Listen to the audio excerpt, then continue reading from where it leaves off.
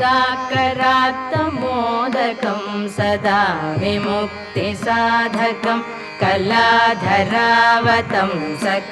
विलासिलोकरक्षकं मुदाकरात्तमोदकं सदा विमुक्तिसाधकं कलाधरावतंसकं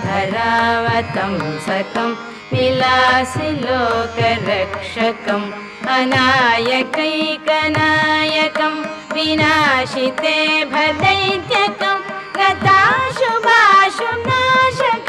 नमामि तं विनायकम् अनायकैकनायकं विनाशिते भदैत्यकं